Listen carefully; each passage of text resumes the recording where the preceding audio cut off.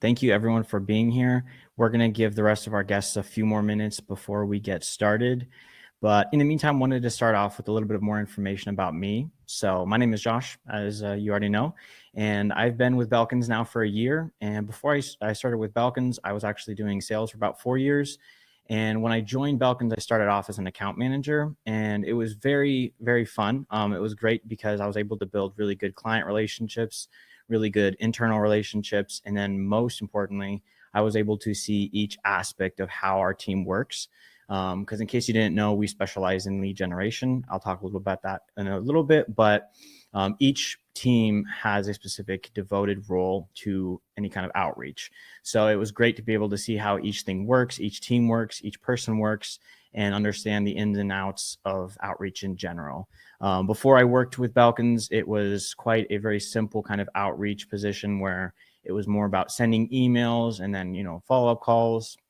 I never really did dive deep into like A/B testing and subject line testing and open rates and response rates, which was really awesome to join Belkins and to see how heavily that impacts your outreach, any kind of outreach that you do, and not tracking that will impact heavily. So we're going to go ahead and move on to our next slide. We're going to talk a little bit about Belkins and why we wanted to talk with you today about, upcoming trends in 2023 and then how to be successful in outreach this year. So a little background information. We've been successfully working in lead generation and B2B sales for more than 5 years now. We are the #1 company on Clutch in lead generation, and I'll go as far as to say that we are the industry leader in lead generation and appointment setting. We've worked with more than 50 different industries. We've worked with over 1,000 different satisfied clients, and we've scheduled over 201,000 appointments. So it's great to be a part of something so successful and so big. But honestly, my favorite part of working with Belkins is that each person, each teammate, each employee has each other's backs, and we help each other to grow, not just come into the company with, our experience, but, when we come in, we can learn and we're able to be enriched with new skills and new ideas and new opportunities. So Belkins is definitely a place where I'm happy to be working, and it's a great place for us to be able to exercise the expertise that we have in outreach and lead generation. So I think we're probably going to go ahead and get started now. I think we get enough time. So in general, I wanted to talk about why it's important to talk about this topic. So it's already 2023. People are already working. People are already sending out emails. Outreach is not sleeping. In general, I wanted to start off by just letting all of you know, and this is something that we've done we've heavily researched this. Email is still a very unique way to target leads and relevant messaging, which makes it the best challenge still to this day. So in case you were wondering what's the best channel to do any kind of outreach with, email is definitely your go-to. It's still to this day the top channel for getting any kind of new prospects, any kind of new meetings. There are obviously a lot of different, channels that you can use, whether that's social media, whether that's, cold calling, the standards for cold calling. But email to this day is still the best way to get any kind of results out of outreach. So basically 2023 is definitely going to be a new era of sales. Business as usual is not going to be the same. There's a lot of new things happening, a lot of, layoffs. If you're aware, there's been a lot of layoffs already starting this year. Chat GPT is now kind of rocking everyone's feed. I see that pretty much every time I get on LinkedIn now. And so optimizing and strategizing to be making sure that you're thriving is definitely one of the top things this year. So understanding that things are moving, things are changing, and we can't just kind of do the same thing over and over again that we did last year. We need to optimize. We need to change things. And so, marketing strategies in this year, they need to evolve in tandem with changes that consumer behavior for leads and for prospects. So overall, let's get to it. But before we do, I have a poll for you all. So if you open up, you should see chats, and then you should see your poll. So I'm going to go ahead and throw this poll on the screen, and you should see it now. So what was the hardest challenge for your business towards the end of 2022? So if you can just go ahead and leave your thoughts, I'm very interested to hear. While we're waiting, just wanted to throw out some interesting numbers. So the number of email users is expected to grow from 4 billion back in 2020 to 4.6 billion in 2025, with basically 332.2 billion emails sent and received daily in 2023. I know a lot of emails being sent. So the number of emails sent and received daily is expected to grow from 269 billion back in 2017 up to 376 billion in 2025.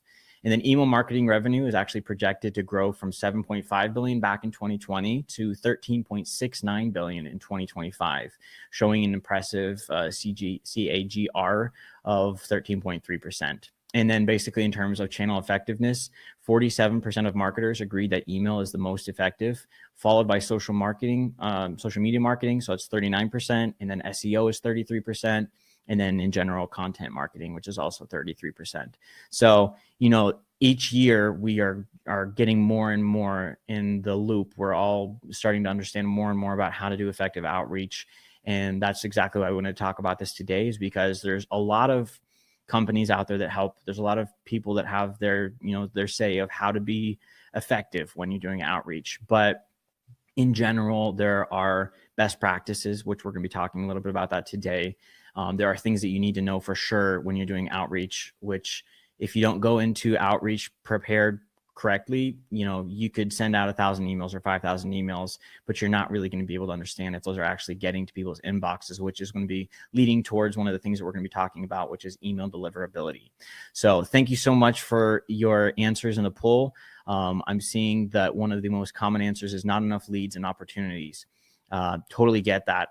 Back when I was working in sales, I constantly had to talk with my boss and say, hey, I need more leads. I need new people to reach out to. One quick tip is if you've got a lead that you're already reaching out to, or maybe you've already reached out to, but haven't had any kind of conversion with them, haven't had maybe even any kind of response, try switching up maybe the templates themselves, maybe the offering that you're trying to present to them, the tone of voice, maybe the approach itself. There's a lot of different approaches, whether that be referral or user interview or face-to-face. Trying to change something up with the same leads is one way to try and backtrack and hopefully get a different kind of end result from the same prospect. But then obviously there are the needs to get a lot more leads from new targets and whatnot. So by the way, Belkins can definitely help you with that. We are, as we've already gone over, we're definitely experts in the fact of finding leads and bringing them to our clients. So, all right, we're going to go ahead and move on, and this is going to be our agenda for today. So we're going to be talking about 5 top trends and novelties in cold email outreach, how to improve your own email personalization strategy. We actually analyzed over 12,000 emails to come up with this. Some copy and paste tips for increasing main email metrics, and how to ensure a sustainable domain reputation. So without further ado, let's get to it. Top 5 trends and novelties in cold email outreach. So one important trend is the increased importance of personalization. Your value proposition remains the focal point of all of your endeavors. So superior to the competition, content delivered to the right people at the right time will always prevail, and it's going to be showing that here in 2023. Customers actually will share the data if they believe they will get a high quality personalized experience, because they don't want to see just this general kind of email that looks like there's no work put into it except just making one email and sending out to 1,000 different people. So the next trend is segmentation and targeting. So microsegmentation actually helps marketers to niche down, creating smaller and smaller segments. So audiences are now more based on behavior, sentiment, shopping patterns, precise location, seasonality, and a lot more. So it's important to understand that, when you're targeting groups, you can target them in specific groups, or you can target them as a whole group. Usually starting off with more specific is going to give you better results, because you understand that you're targeting something more specific, more personalized, instead of just everybody that you can reach. Email interactivity. This is definitely something that we're seeing. We saw this towards the end of this last year, and we're definitely seeing already in 2023. That's, anything that we can get in front of prospects that makes it more interactive. So like carousels or sliders or click to reveal components, sometimes even like interactive games or surveys, which are, becoming more popular. I've seen a couple of those actually come into my mailbox. So in 2023, those are definitely going to be more popular. And then also just some interesting numbers. Videos and graphics boost your click-through rate by 96% and 4.5% respectively, and are preferred by actually 54% of users. So like emojis, GIFs, and stickers are popular with 68% of millennials, which I'm not surprised. They are definitely one of those things that gives a little bit more of a, I don't know, I guess a light in your day when you're sitting there by your computer and you're seeing all these new emails coming in, and then you see this GIF and it just cracks you up, and then you're interested, you're involved in the email. Now you're like invested. You want to see, okay, so what is this really about? He got my attention. Let me just, give back a little bit. So the fourth trend is data security. So, obviously there are different regions that have different, security measures, whether that be like the GDPR, which is the General Data Protection Regulation in Europe, CAN spam in USA, which we actually have a webinar recording on this topic available on our YouTube channel. So if you didn't see it, go check it out, please. And then CASL in Canada, and then California is actually CPRA, which was supposed to be taking effect in January of this year, actually.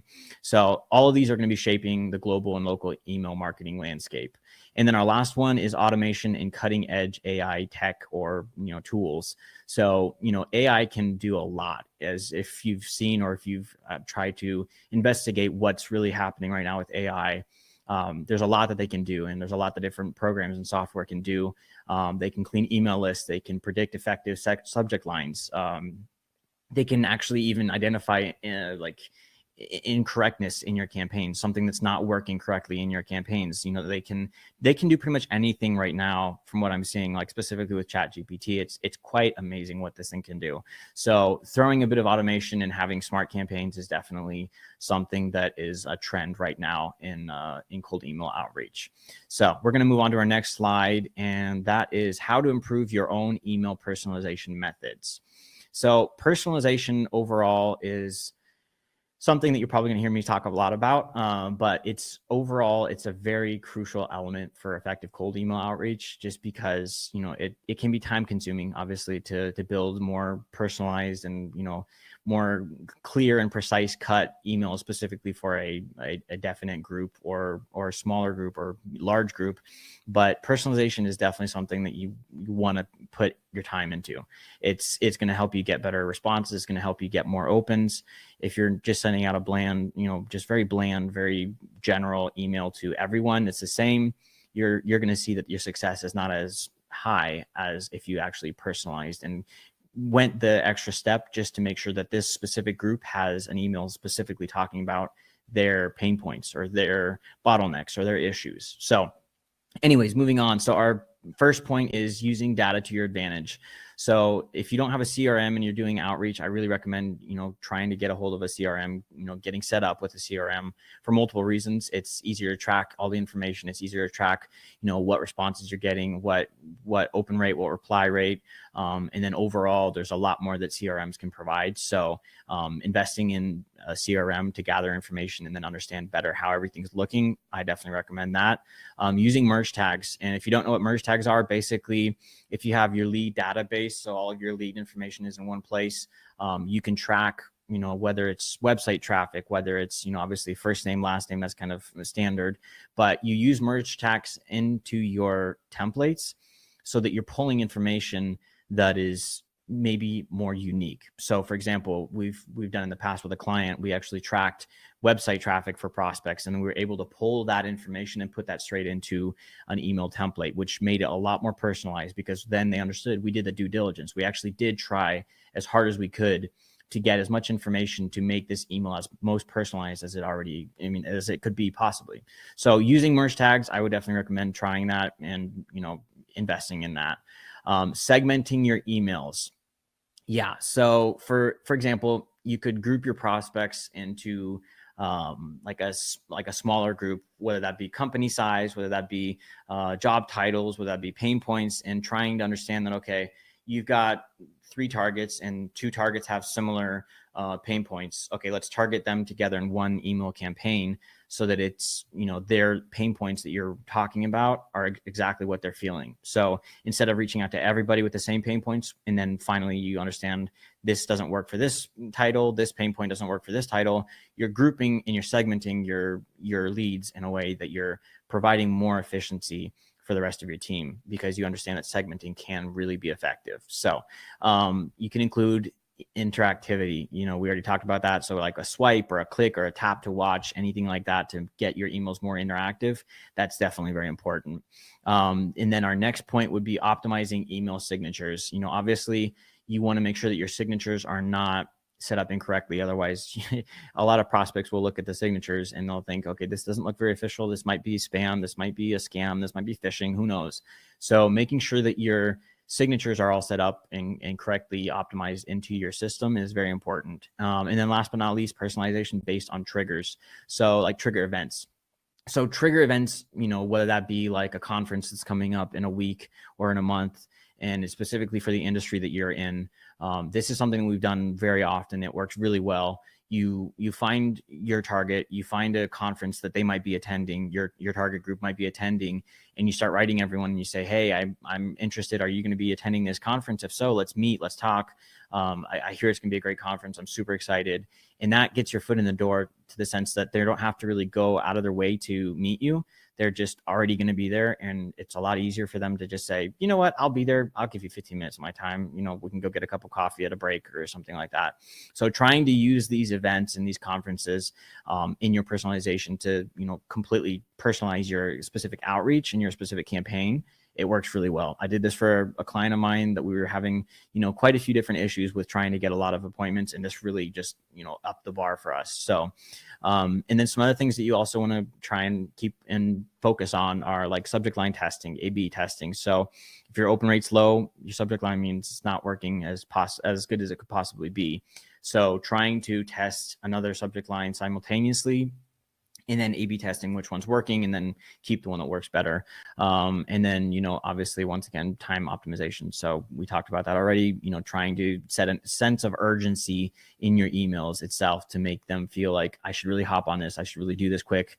I don't want to miss out on this opportunity. So yeah, those are just a couple of the different, opinions and a couple different, actual proven methods that we've seen so far. All right, we're going to move on. We have another poll. And this one is specifically just for us because we're very interested in all of our guests and we want to know more about you. So the poll is, what industry do you work in? If you aren't any of the industries that you see, you can click other, and by all means, feel free to leave your thought in or what industry you're in the chat. We'd love to hear where you're from and what you're doing. So yeah, by all means, please be as active as you want in our chat. And we'll probably give another 30 seconds and then we'll move on to our next slide. So quite a few in software. That's great. Marketing and advertising, other, awesome. And by the way, if you have questions during our webinar, Julia is still here on the call. She's moderating, so she'll be answering any questions, or she can, chat with you if you just want to talk. But yeah. Okay, awesome. Let's see how much we've got. 59 answers so far. Perfect. Quite a few others. Awesome. Okay, great. All right, well, we're going to go ahead and keep moving, and the poll is still going to be up there. So if you want to, leave your answer, if you haven't already, or maybe you stepped out for a second, there's a poll up there that you can answer. So moving on to our next slide is copy and paste tips for increasing mail, email metrics. So basically, once you got your cold emails crafted, it's important to track how they're performing, right? I mean, you want to understand that you're not just sending out emails and then just, whatever happens, happens. Maybe I get an appointment, maybe I don't.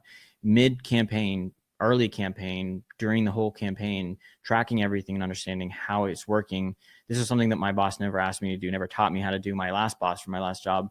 And it really impacted how successful our campaigns were because we never tracked our open rates. We never tracked our response rates. We never tried different subject lines. And that's the first point is, trying to do really good subject lines and trying to create really good subject lines. So that's going to talk about your, your open rate. If your open rate is struggling, means your subject line either is having spam issues or it's too long. Ideally, your subject line should be around up to 10 words max. You don't want a long subject line. I mean, imagine getting an email and it comes in and you're just looking and it's like this long. And you're like, I don't even know what this person wants. It's the shorter, the better, the more precise, even a call to action, a quick, just like, hey, coffee at this new conference, like we talked about earlier, if you're going to be trying one of those approaches. So improving your subject lines is really important. It has to be clear, concise, and catchy. And you want to make sure that you're avoiding spam, any kind of spam triggers or words like that. So our next point is click-through rate. So to improve your click-through rate, make sure to include a clear and compelling call to action. So, you don't want to have a lot of questions in your email if possible. You want the prospect to get a lot of the information and then just one quick question, which is their call to action, which basically it keeps everything on your shoulders. All they have to do is say yes or no, or here's my free time. So, the call to action should tell the recipient exactly what you want them to do. It shouldn't leave them guessing. It shouldn't leave them scratching their head. Okay, what am I supposed to do with this email now? Do I respond? Do I not respond? Does he really want to meet with me? It should be very clear you have an interest in meeting, and that's what you're pulling right off the bat and saying, this is what I want to do. If you have free time, let's talk. So another tip is also to send your emails at the right time. We actually did a survey, and from the results of that survey, the best time to send cold emails is between 8 and 9 a.m. weekdays. So depending upon where you're at and who you're reaching, that's just some kind of fun fact for you. You're going to get more opens. I mean, most people get to work between 8 and 9 and 10. So most likely your emails are going to pop up somewhere closer to the top of their inbox, and they're going to have to scroll down through, hundreds of emails to find yours. So, and then finally, conversion rates. To improve your conversion rates, make sure that your landing page or your website that you're directing people to is set up correctly. So just imagine you're talking with a prospect and you sent them information, you sent them your website link, they go to your website and it's maybe not even completed, or maybe it's just poorly designed, or maybe there's no easy way to contact you. Making sure that you're understanding that your landing page and your website, or whatever materials you're sending, it should be up to the bar. It should be as proven effective as possible. You don't want to send somebody to some kind of reference that you have if it's not well made, if it's not going to really interest them. So that's just one of those really important tips and tricks that you really want to remember is, if you're sending a prospect anywhere away from your email, make sure that they're going to come back to the email instead of just go to the website and then say, what, I don't like this. It's not for me. So moving on to our next slide, this is our SDR success formula. So timely replies, follow-ups, and personalized canned responses. This is so important. I mean, knowing how to respond. And I've had so many people respond to me when I've said I'm not interested, and they're just like, hey, reaching out to you again. Are you interested? There's no like golden rule, but your follow-ups, they shouldn't be just, hey, I'm just following up about my last email. Are you interested? I'm most likely, when I get those emails, I probably don't remember what the first email was about, and I'm not going to go back and search in my inbox to find what the first email is about. So including some kind of context or some kind of recap in that email is really important, because then you're saving a prospect time for going back and looking to find what you're actually talking about and what you're actually wanting to pitch to them. So, follow-ups and then timely replies. If you get a response from somebody, don't wait 2-3 days to respond the same day if possible, because each day that you don't respond to a prospect that you're reaching out to, they're just going to feel less and less important. And they're just going to look at you and think, okay, I responded to you even when I could have just, not, and you didn't get back to me. So that's really important. Also then understanding that your canned responses should be personalized, not just sending out the same kind of response to every prospect, even doing a little bit of research on the prospect that responds, who they are, what they've been doing, maybe even go to their LinkedIn and find more information about them, and trying to personalize your responses and your canned responses in a way that you're showing that you really do know about them. That's going to help you get a lot better responses. Next thing is thoroughly crafted ICP and targeting the right titles. Obviously, you need to understand who you're targeting. You want to know that the people that you're targeting are the right titles. So not just trying to reach out to every company, every size, every region, every title, making some kind of specific ICP to start with, and then trying to broaden it out if you're understanding that things aren't going exactly as planned. Providing the best case studies available. Please, case studies are amazing. I love case studies. When I sent out emails, and someone responded and like, send me more information. One pagers and decks, they work, yeah, but a case study is just, it's amazing. You're sending them basically a proven by facts post saying, this company did this for me, it was awesome, I would recommend them to anybody. That's exactly what you need for your pitch. So if you have any case studies, utilize them as much as you can, whether that's just pulling information into your templates, or if that's actually responding to a prospect that responded to you saying, hey, yeah, send me more information. Here you go. Here's a case study. If you don't have case studies, I'd recommend trying to come up with a couple really quick, if possible, because believe me, that's going to be really effective in outreach. People-oriented tone of voice. Obviously, you don't want your tone of voice to come off as maybe arrogant or, like you don't care. Like if you respond, I don't care. You want your tone of voice not to be beggy, but not to be pushy at the same time. You want it to just be sincere. So, and also specifically, it should represent how you're going to be talking on the sales call. So whoever you are on a sales call, that should be your tone of voice. That should be who you are when you're sending out emails. If you're friendly on a sales call, try and throw in a little bit of friendliness, because one way or another, if you get a prospect to hop on a call, you don't want them to hop on a call thinking you're this very formal businessman, and then all of a sudden you start off the call with, cracking some jokes. Just be yourself and find your tone of voice and make sure that it's in the lines of appropriateness. Finally, tuning your email signatures and profile data. Once again, we talked about that. And then understanding how to turn a no into a yes. This is also very important. We actually have a YouTube video on this. If you haven't seen it, after our webinar, be sure to check it out. And if you can, leave us a like and subscribe. But, understanding how to turn a no into a yes. A lot of times people think that a no means not interested, but sometimes not interested can even be a yes. They just don't know it yet. So it's obviously, there's a couple different things like persuasion, how to persuade someone from saying no to yes. That's one key factor. A lot of times prospects just don't respond because they don't have the time. Or they respond saying, I'm not interested, because they don't have the time. So there's a lot of different ways that you can go about turning a no into a yes, but that's really important. And that's something that I would definitely recommend learning and, studying and trying to do your best at, because there's a lot of, I've had personal experiences when someone said, no, I'm not interested. I talked with them for a little bit, kind of lightened the mood, and then all of a sudden we closed the deal with them. So yeah. All right. Moving on. I wanted to share with you actually 2 templates. And one of these templates is one of the templates that's worked really well for us. So in general, just looking at these 2 templates myself, I'm thinking right away that this template on the right with the X over it, it's just very clouded. It's just like there's so much going on. There's no break between hello, my name is whatever, it needs to have some kind of breathing room. The prospect needs to breathe. So like, for example, here you can see right off the bat, hi, first name, breathing time, and then very short paragraph, breathing time.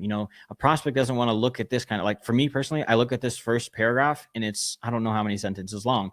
And I'm thinking, this just looks largely annoying to me that it's this long. I don't really want to invest my time into reading this, and it's just not pretty. It doesn't look really interesting to me. Plus it doesn't look like there's a ton of personalization in it. So a couple things that I would recommend when, writing templates is keeping it short, anywhere between 3 to 4 to 5 paragraphs max. And then those paragraphs shouldn't be very, very large. They should be very quick, very simple, but with good information and personalized information, and maybe talking pain points. It should be precise. It should be very clear what you're offering, what you're trying to get from this prospect, and then what you want them to give you in return, meaning their time. Merge tags, there's a couple merge tags in here. Okay, fine. But like in this template, you can see there's referral name, which basically means if you've got a lead list of at least 2 or 3 prospects from each company that you're reaching out to, it'll automatically pull the referral name of the person that works with your main contact. So if you're reaching out to John, it's going to pull Bill's name, and then it's going to show them that you know who they're working with or know somebody that works in their company, which gives them that personalized feel, and then a higher chance of, actually opening, which gives a higher chance of an open rate being very successful. So these are all merge tags, all of these things that you can see in, this orange color. So including those merge tags as much as possible. Obviously, don't make the whole entire template just merge tags, but try and find a way to personalize it so that it pulls in really informative information, whether that be website traffic, whether that be the platform that a company's on, whether it's different data, like what program they're using, or whatever you can find, whatever you and your industry know specifically is available. Pull that information and use that information in your templates, because it really does personalize, and it really shows them that you've done your due diligence and you know about this prospect that you're reaching out to. I do also see a clear call to action here in this first template. Would achieving such results be worth a 30-minute chat next Thursday?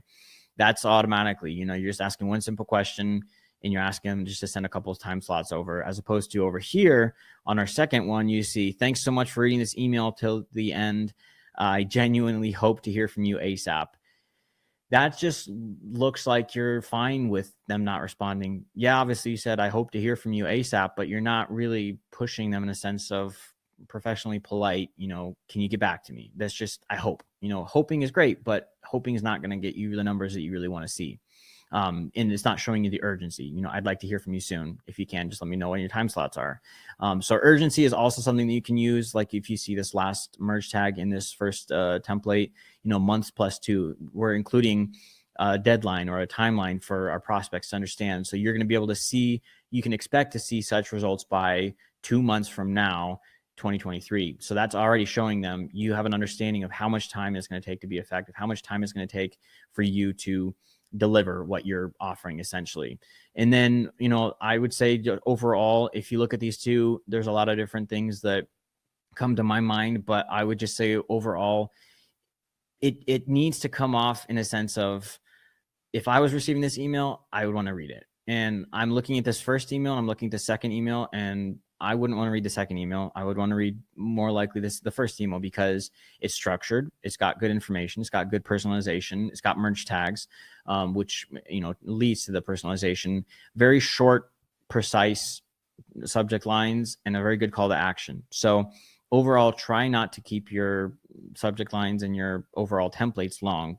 Try and just keep everything short, precise, good call to action, not too long, not too much information that's kind of like, just out of the blue, just extra words to throw into an email. Try and keep it as short as possible and to the point. All right. Before we move on to our next slide, which is actually going to be devoted to email deliverability, I have one last poll for you today. So you should see that popping up on your screen now. So have you experienced your domain being blacklisted? If you don't know what this means, this basically means being blocked. If you're sending out too many emails a day, or if you're sending out emails with a bunch of spam, there's a lot of different things, and we'll talk about this in a second, but there's a lot of ways to get blocked. And if you don't know how to get around this, I'm glad you're still here, because we're going to be talking about that here in a second. So I don't know how to check my domain status. That's the most common answer. Well, we're going to be talking about that here in a second. So I'm very excited to see that that is something that's, popping up. We're going to hopefully help you with that. So yeah, before I move on, I wanted to actually let you know that we have a little surprise for you. We invited a special guest today, and when we sat down and we decided to talk about email deliverability specifically in this webinar, we were thinking, okay, who should we have join us? Who should we have come in and share their experience? And we thought, who better to do that than Danilo? So Danilo has been with Folderly for, if you don't know what Folderly is, he's going to tell you all about it. But Danilo has been with Folderly for more than a year and a half now, and he's their email outreach and deliverability expert. He's got more than 5 years of experience in the field, and he should be joining us here any second. So, hi guys. Perfect. Hey there, here you are. The one and great to meet you. Thanks for coming. It's great to have you here. Great to have you. Great to be a guest here. And my role would be very, very simple on this webinar. I will like to keep it very short and very sweet. The main message for me is that you can personalize, right? You can crop the very best message. You can segment your audience, and you can have the best product in the world. But if your emails are not being seen, there's no point, right? So those emails are getting wasted, going into spam folders, and pretty much there's close to zero actually benefiting from your email outreach. So I have 5 points for you, actually 6, that will help you understand why it is important to maintain your sender reputation and how to maintain that domain health. So the first and most important one is the DNS records and the domain. So domain itself, your technical infrastructure, is actually the foundation for successful scalable email outreach. So there are like 4 different settings there: DMARC, DKIM, SPF, and MX records. So all of those parameters on the domain, seems like my light went off, but that's no problem. So those settings actually responsible for authenticating your sender identity. So they're responsible for actually letting your recipient know who you are. Is it safe to allow those emails to the mailbox, or should they just block you? So particularly care about three records: DMARC, DKIM, and SPF. So that's the foundation. Also, I want to repeat what Josh actually said on our previous call and his previous messages is sorry. Actually, oh, here it is. Sorry, guys. So advanced personalization and segmentation, right? So basically, it can provide several key benefits for you in successful email outreach. So when you personalize your emails, right? So it's the likelihood of that email and being opened and read is increasing because that's something that your prospect cares about and he understands and can actually be curious to learn what you have to say. So of course, it triggers better engagement as well, right? So if you're segmenting your audience based on specific criteria like demographics, location, or industry or title-based pains, right? So of course, it will result in more opens and more replies simply because it is relevant to them. And of course, more replies means better domain reputation and better email reputation. It can trigger higher conversion rates again, so it's very, very natural. And of course, don't forget this. My second point is closely tied with the third one is everything is a fight for attention right now. So you have TikTok, you have YouTube, you have all the social media in the world. And when you're sending cold emails to your prospect, that's just another thing that's buzzing them. So again, stand out, use ChatGPT, make sure your messages are short, relevant. It's not like a big text that nobody will care to read. So remember that you don't need to mention everything about your company at that cold email. You just need to mention some key points, key elements, customer's pain, what do you have to do with it? And basically it means fourth point is that quality is always more important than quantity, right? So you can send thousands of emails, right? You can buy like hundreds of domains and send like millions of cold emails. But if you send exactly the same stuff for everyone, doesn't matter, right? So you will have 1% open rate, 0.1% reply rate. So again, make sure that you're diligent, right? So craft an email to your prospect, like making it look as you would like to receive it, or your mom would like to receive it, right? Or your grandmother, basically not overwhelming them with tons of information, making sure it's relevant, making sure it's like they need to answer one simple question. What's in it for me, and so what? So if those two questions are answered, your cold email is fine. Again, fifth point is choose the right platform. So this is very, very important to choose the right software for sending that cold email. So for example, if you're doing cold email outreach, platforms like MailChimp or HubSpot Marketing or ActiveCampaign or any other so-called email marketing platforms are not a good fit, because those are designed to reach your customers, your current leads, your existing customer base with more like graphic-based content, with HTML, with pictures, attachments, videos. And this is not what you want, right? So those emails will actually get to promotion folders most likely. So if you're looking to engage your audience through the cold outreach channel, the best way to do it is actually utilizing so-called cold outreach platforms, or as they call themselves, sales engagement. So they're connected to your regular Gmail, right? So it's email coming from your name, from your company address, basically a personalized, almost like a one-to-one email, but you know that it's one-to-one emails, but it's scaled, right? So Josh mentioned that in his previous slides. So remember that cold outreach should be handled not on email marketing platforms, but in sales engagement and cold outreach platforms. That's very, very important.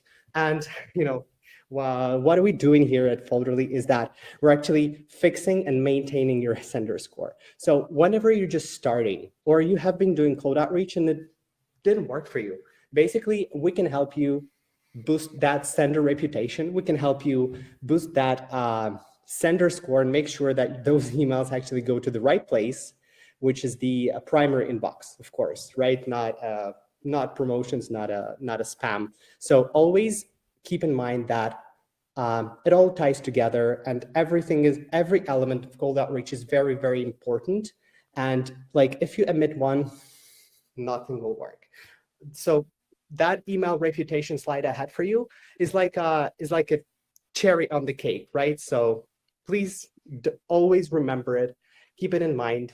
Otherwise, you won't be as successful as you could be, right? So we're here to actually help you, squeeze the lemon to its fullest, or maybe even squeeze the lemon twice. So make sure that your outreach is as successful and as predictable, as scalable as possible from the domain and mailbox reputation side. I think that was helpful. Josh, Yeah, I mean, honestly, thanks for having me. I was expecting it to be more of a you and me kind of chat back, but you put it all out in the front. That's great. Oh, sorry, Josh. No, sorry. no, no. It's great to hear that you know this very well, and it's awesome to see that this is something that a lot of people don't even take into consideration.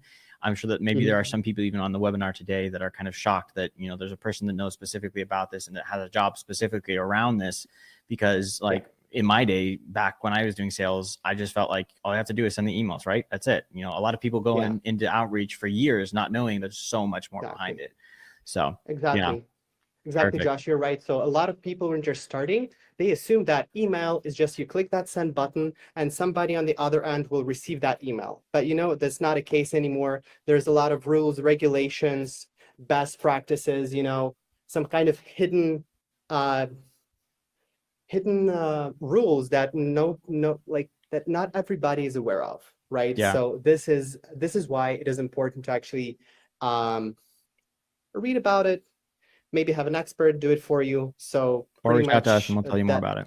Exactly, Yeah. Josh. So thanks for having me. So I think I'll stick here to look for Q&As if you'll have them. Yeah, so we're going to move on, and our next section is our last section, actually. It's our Q&A section. So if you have any questions, please leave them in the chat, and we're going to try and give you about 5 to 10 minutes to answer any questions that you do have. If there's a lot of questions, Julie will be helping us as well. So yeah, don't be shy. We're waiting for your questions. Any question at all. All right. Is dedicated IP really important? What are your thoughts, Dan? I'll let you take the first one. Yeah, of course. Dedicated IP is a tricky one, right? So it's more related to the warm email marketing, right? So when you know that you have your audience, like 100,000 people or 1,000,000 people, and you're doing everything to constantly keep in touch with them. If you're using cold outreach platforms like, for example, SalesLoft, Outreach.io, or pretty much any other, you'll be handling it through Gmail, corporate Gmail, Google Workspaces, or Outlook, or Microsoft infrastructure. And there is no way you can actually set up the dedicated IP there. So you just learn to live with the fact that you're in a shared IP and care about your domain reputation, your mailbox reputation, and your content, right? So this is what you have influence over, and this is going to help you actually stay on top of that email deliverability. So dedicated IP, it's not exactly the cold outreach thing here.